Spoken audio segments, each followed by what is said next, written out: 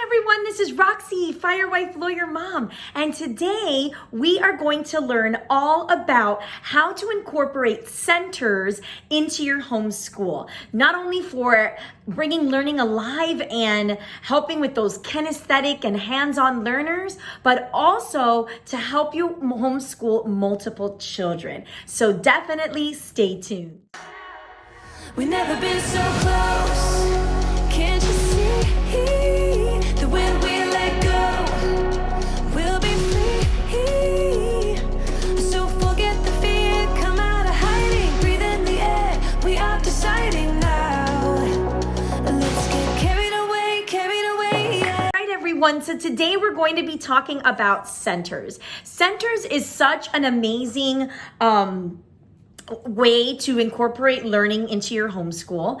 So I'm going to be showing you in today's video why it is that I use centers, when I use centers, what my format is, how I organize them, and I'm also going to give you a sneak peek into my actual centers with my daughter. And you're going to see exactly how I lay everything out and how I use centers in my homeschool. It's such a great way to be able to keep one child busy or multiple children busy and be able to focus one-on-one with another child. And so that's why I use centers. So,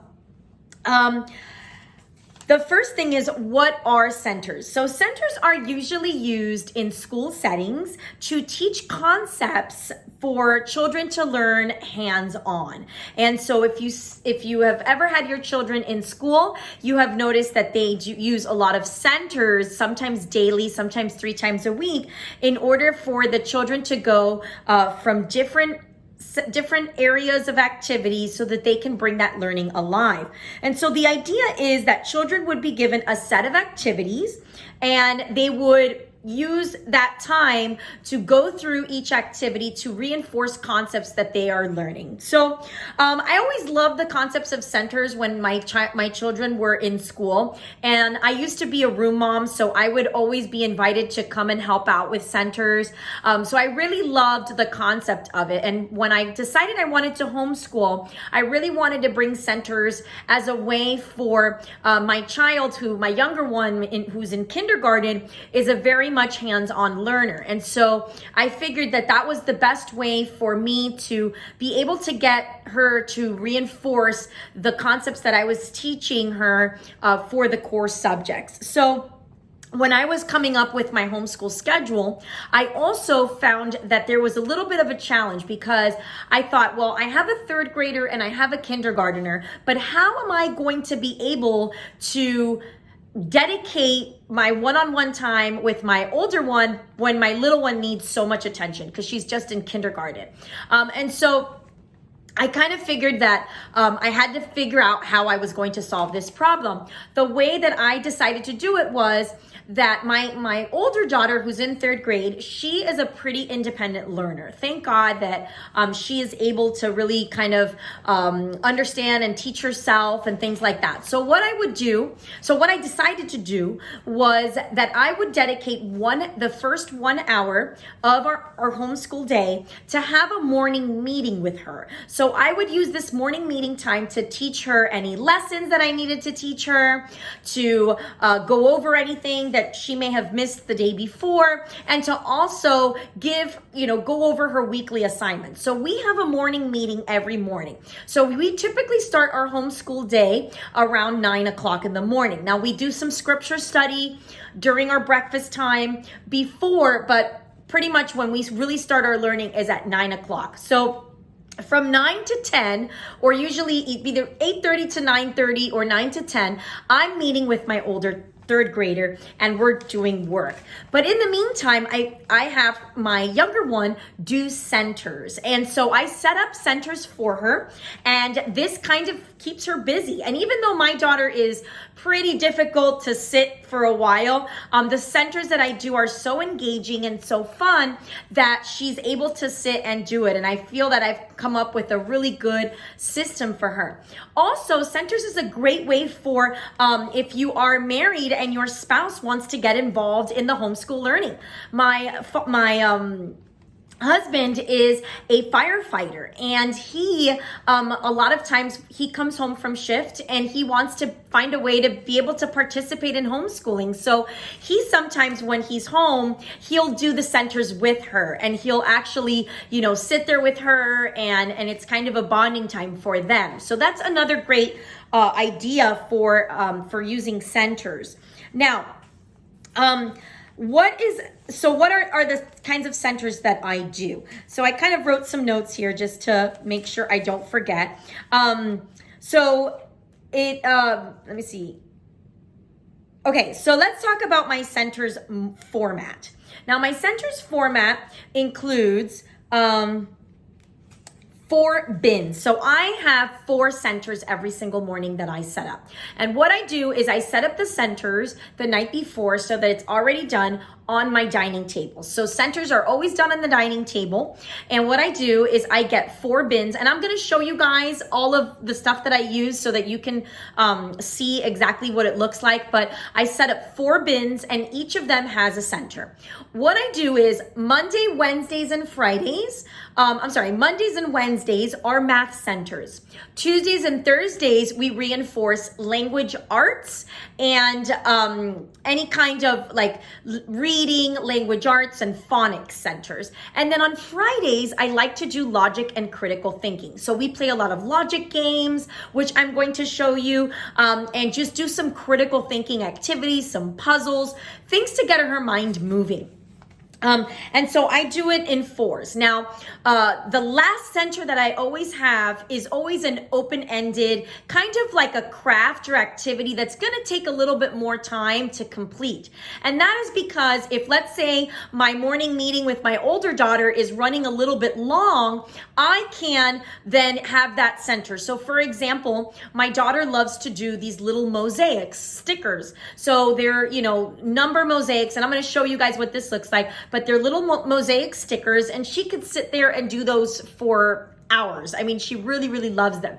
And so when I know that I'm going to take a little longer with my older one, I put that center out, and that's kind of her last center so that I know that she completed the other ones, but has this one activity that she really loves. And you can always find whatever your child loves to do, whether they love coloring or drawing or playing with kinetic sand is another great activity that they can kind of sit for a while. Those are the kinds of things that I like to do. So what I do is, so I already laid out with you guys the format. And then now I'm going to show you guys exactly how I organize my centers and what they actually look like. All right, everyone. So the first thing that I wanted to show you guys was what I use for my actual centers. So these are some bins that I got from Target Dollar Spot, and this is where I set up her centers. So I have 4 of these. They actually stack, which is awesome. And so this is what I put her centers actually in so that it stays separated, that things don't kind of roll all over the place. So if she needs scissors or glue or any other supplies to do her centers, they're right here. And so that's what I use for my materials. All right, so this is my bin that I use to store all of my centers. And this is just a bin that I got from Target. No big deal. You can choose any kind of basket or bin that you want. And then I got these amazing little plastic folders. And they're just, and I will link this in the description box below, but they have they're like little plastic pouches. And so there is where I store my centers. And I have all of them stored in this bin here, which makes it very easy because I can just pull out whatever center. These are some empty ones, but I can pull out whatever center that I have and set it up easily. And so I'm constantly updating these as she starts to, grow out of that center and needs, to move into something more difficult. So I kind of shuffle these around. I also like to put in some seasonal centers as well, which I will show you. So I'm going to give you some, I'm going to be linking in the description box below a lot of the websites that I use. I use Teachers Pay Teachers. For the most part, for centers.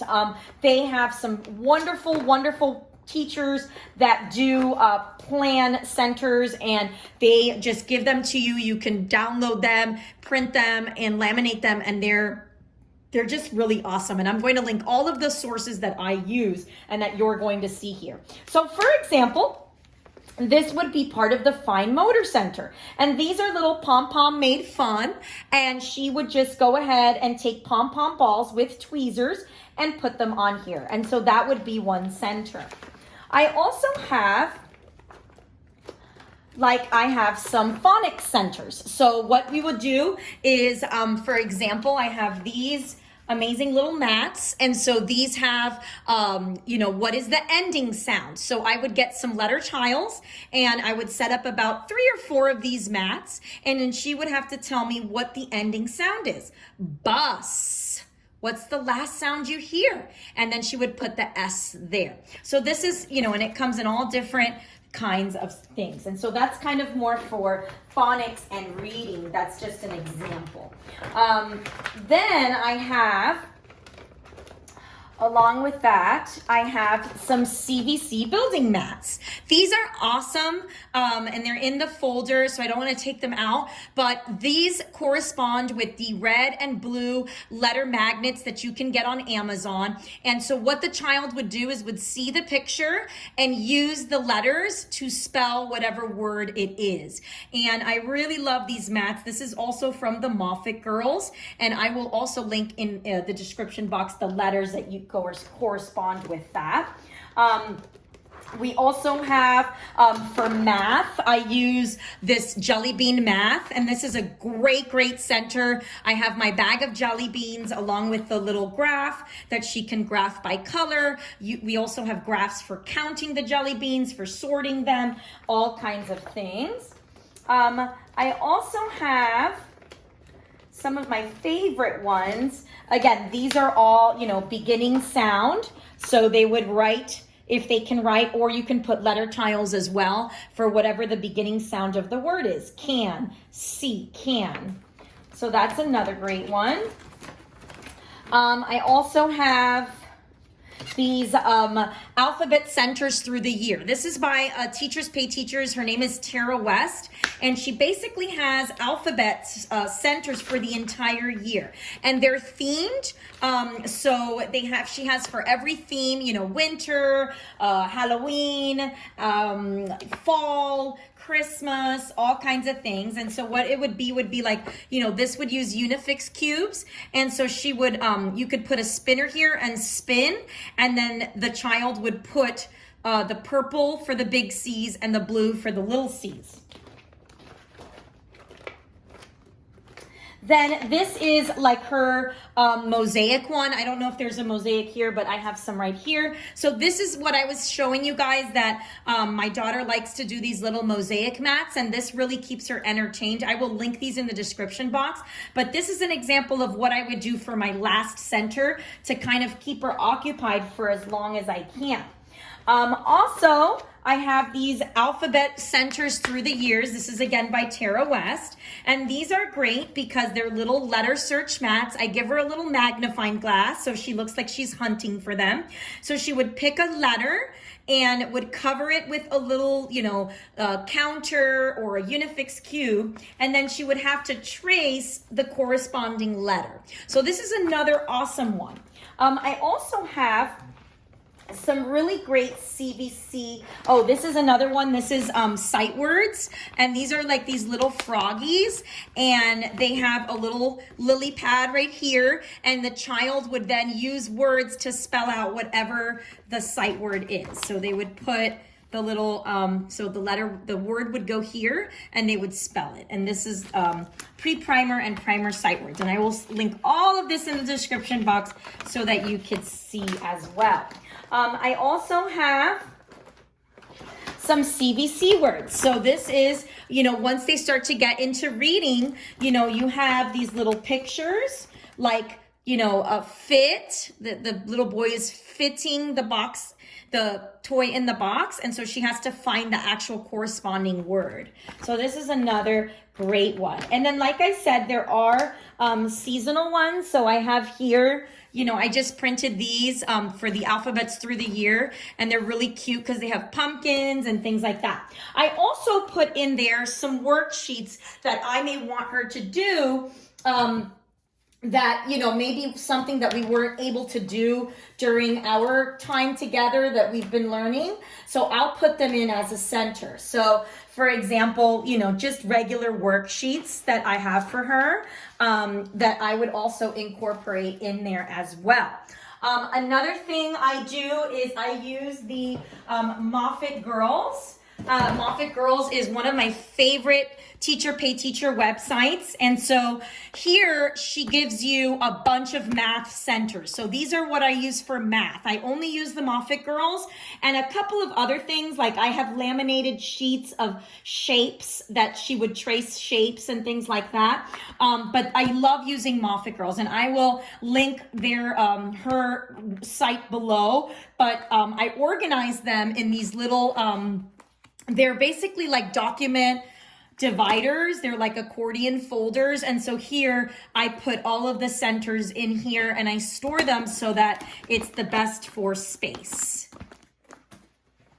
You could really incorporate anything into these centers. You can actually put, you know, other little fine motor activities. You can do sewing, you could do crafts, you can put in here anything else that you think would be educational for your child to do. I also sometimes put some flashcard tracing, like they're tracing their letters. Kumon has some very good writing tools that you can use to help them write some little writing flashcards, and I will link those in the description box below as well.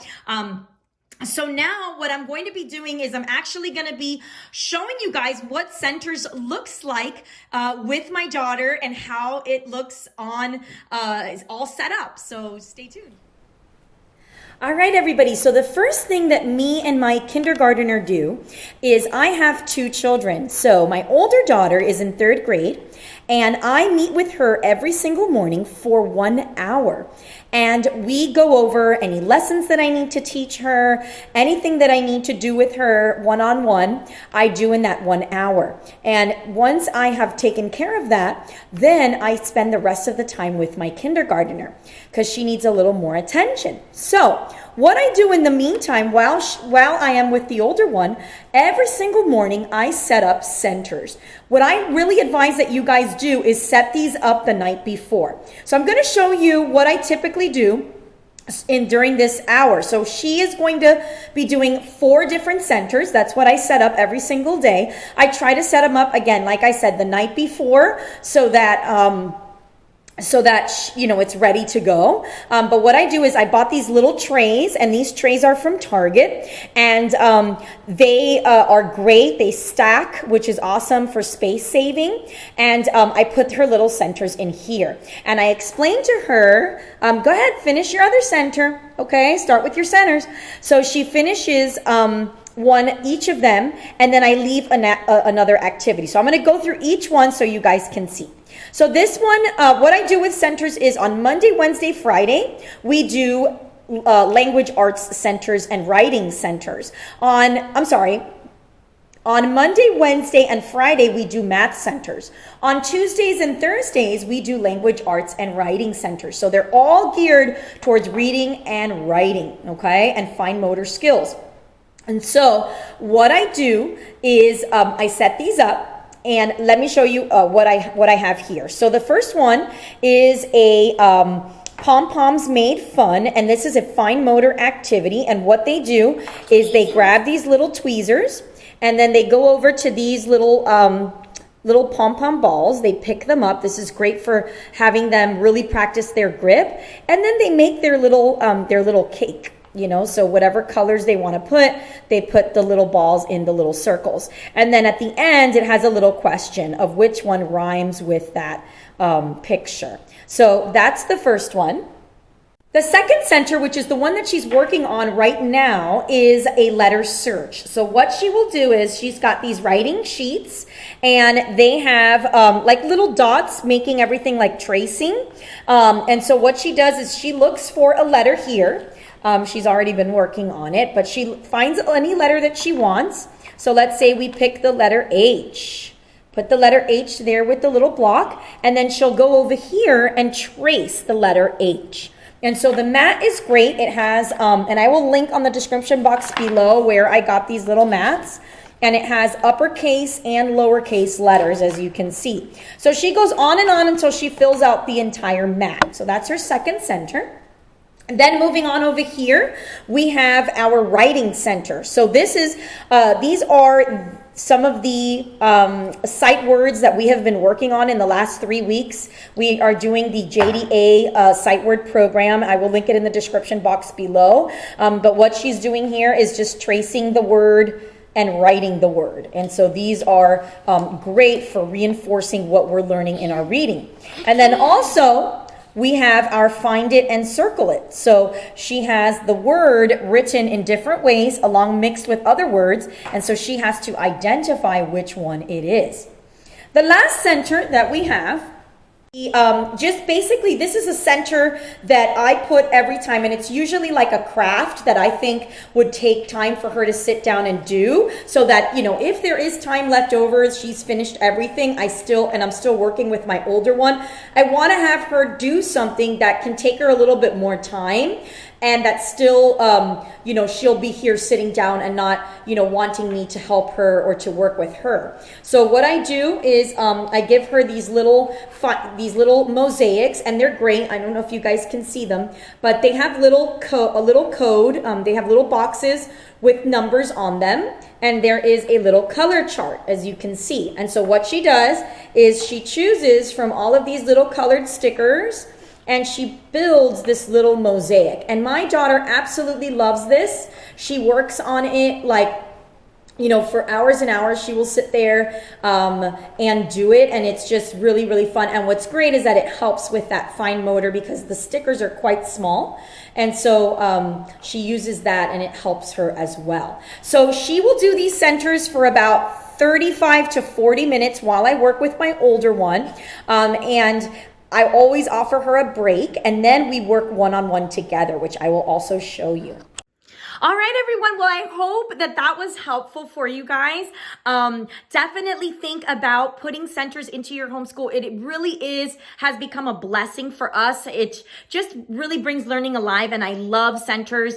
If you guys want to see more of the centers that I do, definitely also follow me on Instagram at FireWifeLawyerMom911. I post a lot of the centers that I do there, and you guys can get an idea of what I do on the weekly for centers. Also, don't forget to, again, like and subscribe my channel. Definitely helps me to grow my community. I want to help as many people as I can, and join me on my first homeschool year journey that so far is going just amazingly, and we cannot be more blessed. There are good days and bad days, but definitely it has been a wonderful experience. And so if you have any other ideas for centers that maybe you guys use, definitely comment below and let me know. If there's any other videos you guys want to see, I know that some of my subscribers have wanted to see kind of a day in the life of our homeschool, and that's going to be coming up soon. I just need to kind of get the logistics for it, but it's definitely going to be coming